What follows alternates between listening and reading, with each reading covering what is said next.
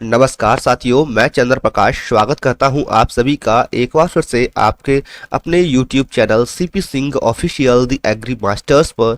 दोस्तों, आज की वीडियो बेहद खास होने वाली है आपके लिए, क्योंकि आज की वीडियो में हम आपको बताएंगे यूपी बोर्ड कक्षा 11 का एक हमारा सब्जेक्ट है कृषि सस्य विज्ञान, अंग्रेजी में इसे एग्रोनॉमी बोलते हैं। तो दोस्तों, यह हमारा भाग 1 है, यानी कि प्रथम भाग है कृषि सस्य विज्ञान का। एग्रोनॉमी का पार्ट 1 है।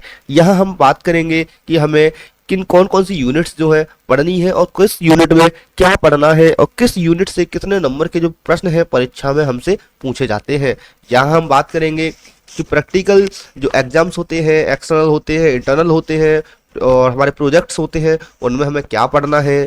साथ ही हम यहाँ देखेंगे कि हमें हमारा जो एग्जाम है किस प्रकार से किस पैटर्न के आधार पर आता है। तो सारी जानकारी आपको यहाँ आज दी जाएगी, तो वीडियो में लास्ट तक बने रहिएगा। वीडियो को स्किप करके मत देखिएगा, क्योंकि वीडियो बेहद इंपॉर्टेंट है। देखिए दोस्तों, अगर आपको यह पीडीएफ डाउनलोड करना है तो डिस्क्रिप्शन में हमने लिंक दे दिया है यूपीएमएसपी की ऑफिशियल वेबसाइट का, जा करके आप डाउनलोड कर सकते हैं। तो डाउनलोड तो आप इजीली कर लेंगे। डाउनलोड करने के बाद आप खुद ही देख पाएंगे कि हमारा सिलेबस किस प्रकार से रहने वाला है। देखिए दोस्तों, आपको बता दें, कृषि शस्य विज्ञान, इसे अंग्रेजी में एग्रोनॉमी बोलते हैं। एग्रोनॉमी आप समझ ही गए होंगे होती क्या है। फील्ड से हम यहाँ डील करते हैं, टिलेज कैसे करते हैं, जुताई वगैरह, फसलों की खेती कैसे करते हैं, इरिगेशन कैसे करते हैं, तो वगैरह वगैरह चीजें हम एग्रोनॉमी के अंतर्गत पढ़ते हैं। देखिए दोस्तों, यह हमारा प्रथम वर्ष का भाग, मतलब प्रथम वर्ष का भाग 1 रहेगा। यहाँ हमें एग्रोनॉमी का मैटर जो है पढ़ना होगा। देखिए दोस्तों, आपके लिए एक नोट जो है उत्तर प्रदेश सरकार ने लगा रखा है, जो शिक्षा विभाग है यूपी का, उसने। तो यहाँ देख लेते हैं क्या लिख रखा है इसमें। हिंदी अथवा सामान्य हिंदी वाले छात्रों के लिए है। हिंदी अथवा सामान्य हिंदी विषय के पाठ्यक्रम व पुस्तकों की स्थिति वही रहेगी जो इस विवरण पत्रिका में अनिवार्य विषय के अंतर्गत मानविकी वर्ग के लिए निर्धारित की गई है, परंतु हिंदी अथवा सामान्य हिंदी विषय की परीक्षा कृषि भाग 1 प्रथम वर्ष में नहीं ली जाएगी। तो दोस्तों, आप यहाँ देख लीजिए कि यहाँ हमसे क्या कहा गया है कि हिंदी अथवा सामान्य हिंदी विषय के पाठ्यक्रम व पुस्तकों की स्थिति वही रहेगी जो इस विवरण पुस्तिका में दी गई है, अनिवार्य विषय के साथ अंतर्गत मानविकी वर्ग के लिए निर्धारित की गई है।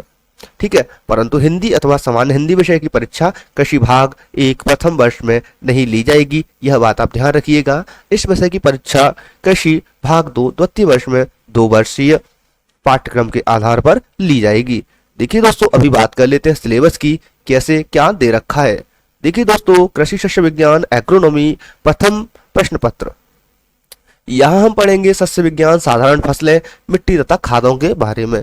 देखिए दोस्तों, टोटल 50 नंबर का जो एग्जाम होता है हमारा एग्रोनॉमी से, 50 नंबर का एग्जाम आता है, जो कि कई सारी यूनिट्स में से हमसे क्वेश्चंस जो है पूछे जाते हैं। तो अभी बात कर लेते हैं हम लोग यूनिट 1 की। देखिए दोस्तों, स्टार्ट करने से पहले आपको एक जरूरी सूचना दे दूं कि दोस्तों, हम अपने चैनल पर बहुत जल्द ये सारे के सारे लेक्चर्स जो है, वीडियो लेक्चर्स जो है अपलोड करेंगे, कि वहां हम पढ़ेंगे गेहूं, धान, कपास, सारी की सारी जो फसलें हैं इनकी खेती हमें कैसे करनी है, मिट्टियां क्या है, तो सारे लेक्चर्स आपको हमारे चैनल पर देखने को मिलेंगे। इसीलिए चैनल को सब्सक्राइब कर लीजिएगा, शेयर कर दीजिएगा अपने दोस्तों के साथ में इस चैनल की लिंक को, जिससे वह भी इसे सब्सक्राइब कर लें और जो नोटिफिकेशन आइकन है उसे भी ऑन कर लें, जिससे हमारी वीडियोज का नोटिफिकेशन जो है उन्हें सबसे पहले प्राप्त होता रहे। देखिए दोस्तों, यूनिट 1 में हमें क्या पढ़ना है वह हम बात कर लेते हैं। देखिए दोस्तों, इससे पहले एक चीज और देख लें। यूनिट 1 से हमारा 15 नंबर का जो प्रश्न है परीक्षा में देखने को मिलते हैं, तो इस चैप्टर को बड़े ध्यान से हमें पढ़ना है, सही तरीके से पढ़ना है, क्योंकि यहाँ कंटेंट बहुत ज्यादा है इस चैप्टर के अंदर। देखिए, इस चैप्टर के अंदर हमें पढ़ना क्या है, फार्म की साधारण फसलें, जो हमारी साधारण फसलें हैं, कॉमन क्रॉप्स हैं, उनके बारे में पढ़ना है। जैसे कि गेहूं है, धान है, कपास है, ज्वार, बाजरा, मक्का, सोयाबीन, सरसों, अरहर, मटर, मूंगफली, सूर्यमुखी, चना, तंबाकू, बरसीम, आलू और गन्ने का निम्न शीर्षकों के आधार पर अध्ययन करना है। शीर्षक क्या दिए गए हैं, हेडिंग्स क्या दी गई हैं। देखिए दोस्तों, हेडिंग्स दी गई हैं संस्तुत प्रजातियां, यानी कि कुछ वेराइटीज के बारे में पढ़ना है, उनके मुख्य गुण, इनकी इंपॉर्टेंस क्या है, कैरेक्टरिस्टिक्स क्या है फसलों की, प्रदेश के उपयुक्त क्षेत्र में कहाँ बोई जाती है, ठीक है, बोने का समय क्या है, बीज दर क्या है, बोने की विधि, खाद देना, सिंचाई करना, फसल रक्षा करना और फसलों के खरपतवार, उनके नियंत्रण को किस प्रकार से हमें डील करना है यहाँ पर ये हम पढ़ेंगे। मुख्य कीट एवं रोगों के लक्षण तथा निवारण पढ़ेंगे। फसल काटना, मड़ाई करना, उपज तथा बीजोत्पादन क्या है, सारी चीजें हम पहली यूनिट में यहाँ पढ़ेंगे। देखिए दोस्तों, यहाँ जो हेडिंग्स दी गई हैं इन्हीं के माध्यम से हमें इन फसलों को पढ़ना है, क्योंकि आपने देखा होगा आपकी परीक्षा में जब भी प्रश्न पूछे जाते हैं तो वहां लिखा होता है गेहूं की खेती के बारे में निम्न शीर्षकों के आधार पर हमें समझाइए। तो वहां सिंचाई या खाद देना, फसल रक्षा और इस प्रकार से 5 या 6 हेडिंग दे रखी होती हैं, तो उनके आधार पर हमें सॉल्व करना होता है। तो हर हेडिंग हमें ध्यान से पढ़नी होगी यहाँ, क्योंकि यहाँ से 15 नंबर के प्रश्न हमें परीक्षा में देखने को मिलते हैं। अभी बात करेंगे यूनिट 2 की। यहाँ हम पढ़ेंगे मिट्टी एवं मिट्टियों के बारे में। देखिए दोस्तों, मिट्टियाँ क्या है, मिट्टियों की उत्पत्ति कैसे होती है, मिट्टी कितने प्रकार की होती है, किस प्रकार से उसे क्लासीफाई किया गया है, बजरीली मृदा क्या है, बलुई मृदा क्या है, दोमट मृदा क्या है, सिल्ट तथा चिकनी मिट्टी क्या है। मिट्टी के भौतिक गुण पढ़ेंगे, मिट्टी के रासायनिक गुण भी पढ़ेंगे, मिट्टी की रचना किस प्रकार से हुई, भौतिक और रासायनिक कारकों का प्रभाव भी पढ़ेंगे, भूमि संरक्षण की विभिन्न विधियों के मूल सिद्धांतों के बारे में भी हम यहाँ स्टडी करेंगे। देखिए दोस्तों, यहाँ इस यूनिट 2 से टोटल 10 मार्क्स के जो क्वेश्चंस हैं हमें परीक्षा में देखने को मिलते हैं। अभी बात करेंगे यूनिट 3 की। यहाँ हम खाद के बारे में पढ़ेंगे कि मैन्यूर्स या फर्टिलाइजर्स क्या होते हैं, इन्हें किस प्रकार से फील्ड में अप्लाई करना है, पौधों की वृद्धि के लिए आवश्यक पोषक तत्व कौन से हैं, और खेत की मुख्य फसलों द्वारा मिट्टी से ली जाने वाली नाइट्रोजन, फास्फोरस, पोटास की मात्रा कितनी होती है, खाद देने की आवश्यकता क्यों पड़ती है, जैव तथा अजैव खादें कौन कौन सी हैं, फसलों तथा मिट्टियों पर उनके प्रभाव क्या रहते हैं, एक अंतर के तौर पर हमें समझाना है। खाद तथा उर्वरकों के डालने की विधियां क्या होती हैं, गोबर की खाद तथा कंपोस्ट खाद का संरक्षण, हरी खाद की फसलें और उनके उपयोग यहाँ हम पढ़ेंगे। देखिए दोस्तों, हम यहाँ किन किन खादों के बारे में पढ़ेंगे वह और देख लेते हैं। यहाँ हम गोबर की खाद, कंपोस्ट अरंडी की खली, मूंगफली की खली, urea, ammonium sulphate, super phosphate, rock phosphate, potassium sulphate, muriate of potash, मिश्रित खाद, डीएपी तथा जैविक खादों के बारे में पढ़ेंगे। जैविक खादों में vermi culture, blue green algae, rhizobium culture ये आ जाते हैं दोस्तों।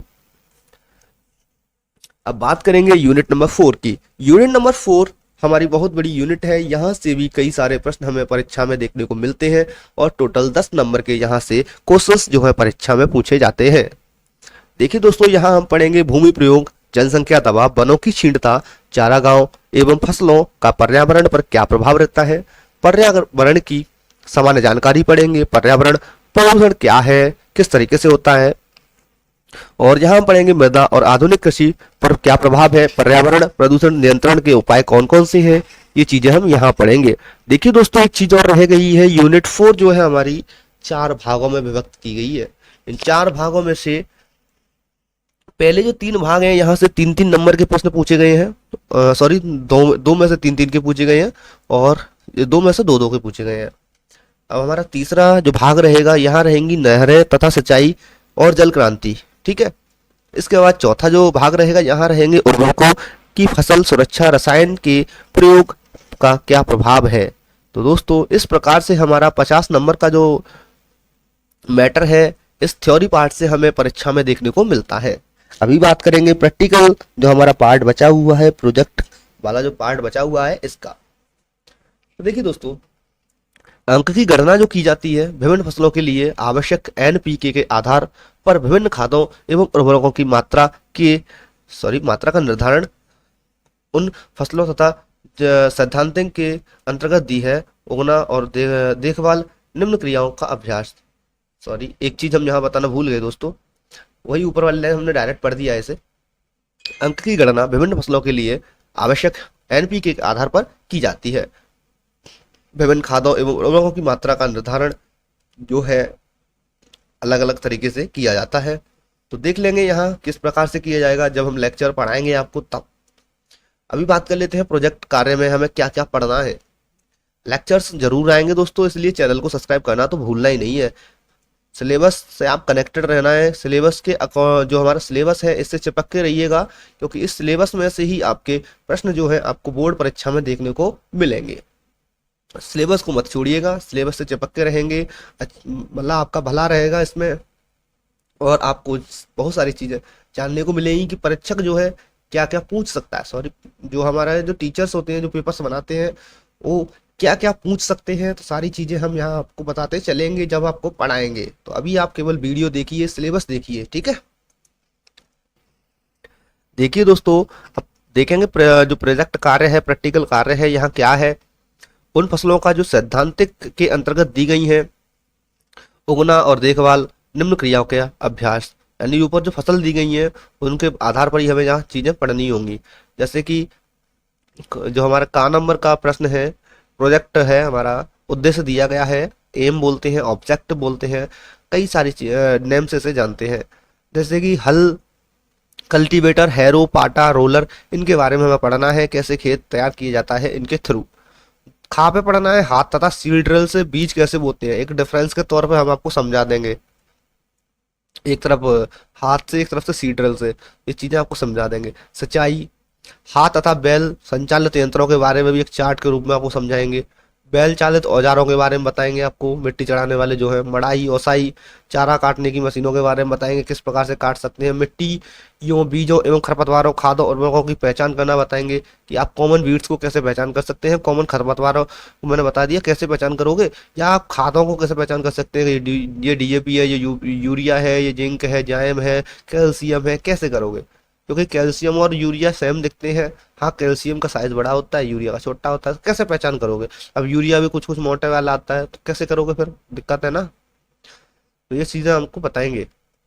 इसके बाद क्या है, विभिन्न विधियों से खाद तथा उर्वरक कैसे देते हैं, फसलों की उत्पादन लागत क्या होती है, छात्र राजकीय फार्मों तथा किसानों की जोतों का अध्ययन करना है, हमें भ्रमण कार्य करने होंगे यहाँ।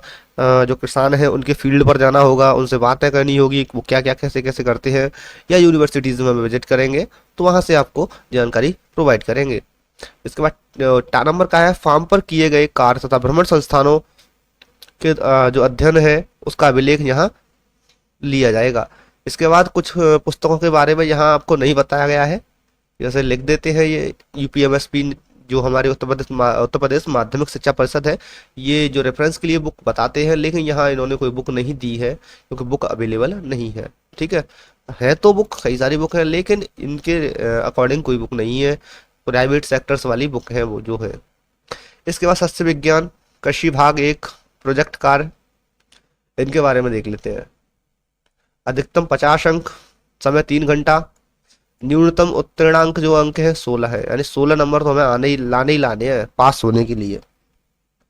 इसके बाद देख लेते हैं बाह्य परीक्षक द्वारा मूल्यांकन, जो एक्सटर्नल टीचर आते हैं, एक्सटर्नल्स आते हैं, मतलब बाहर से टीचर्स को बुलाया जाता है कॉलेजेस में, मतलब वो हमारा इंटरव्यू वगैरह लेते हैं। जब आप देखते हो ना प्रैक्टिकल होते हैं तो बाहर से कोई भी जो एग्जामिनर है वो आता है, हमारा इंटरव्यू लेता है, हमने जो फाइल बनाई होती है उसे चेक करता है, उसके बाद कुछ वाइवा लेता है, हमसे क्वेश्चन पूछता है, तो उसके बाद हमें नंबर प्रोवाइड करता है।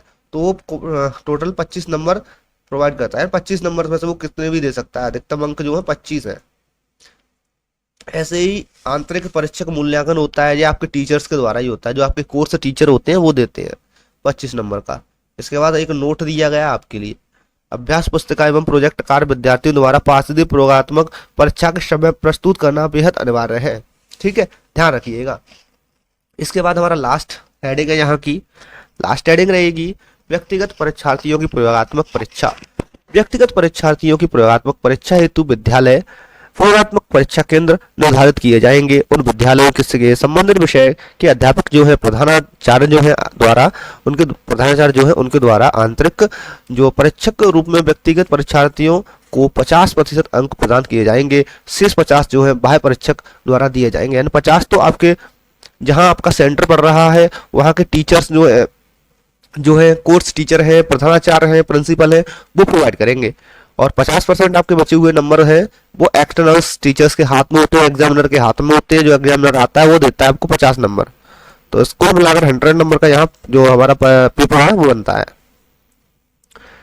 तो दोस्तों यह वीडियो आपको कैसी लगी कमेंट में बताइएगा। यहाँ हमने केवल सिलेबस के बारे में डिस्कशन किया है कि हमें 11th क्लास की जो एग्रोनॉमी है इसमें क्या पढ़ना है क्या नहीं पढ़ना है, भाग 1 है, ये फर्स्ट पार्ट है। तो दोस्तों वीडियो बड़ी इंटरेस्टिंग थी, मज़ेदार थी, नॉलेजफुल थी, इसीलिए चैनल को सब्सक्राइब कर लीजिए, क्योंकि ऐसी ही इन्फॉर्मेटिव वीडियोज हम के लिए अपने चैनल पर अपलोड करते रहते हैं। यहाँ हमने अभी केवल सिलेबस बताया है, आपको बेहद मतलब बहुत जल्द लेक्चर्स देखने को मिलेंगे। वीडियो लेक्चर्स हम अपने चैनल पर बहुत जल्द अपलोड करेंगे। यहाँ हम आपको जो फसलें हमने बताई हैं इनको पढ़ाएंगे, आपको किस तरीके से गेहूं की खेती करते हैं, धान की खेती करते हैं, तो बहुत सारी चीज़ें आपको देखने को मिलेंगी। तो चैनल को सब्सक्राइब करना तो बनता है, शेयर कर दीजिए वीडियो को जिसने सिलेबस अभी तक नहीं देखा है, क्योंकि दोस्तों यूपी बोर्ड का रिजल्ट बहुत जल्द आने वाला है। रिजल्ट आ जाएगा, वैसे नए सेशन की जो क्लासेस हैं रेगुलर लगना स्टार्ट हो जाएंगी, तो आपको पढ़ना होगा फिर तो भैया। ठीक है, अब मिलेंगे नेक्स्ट वीडियो में, तब तक के लिए जय हिंद जय भारत।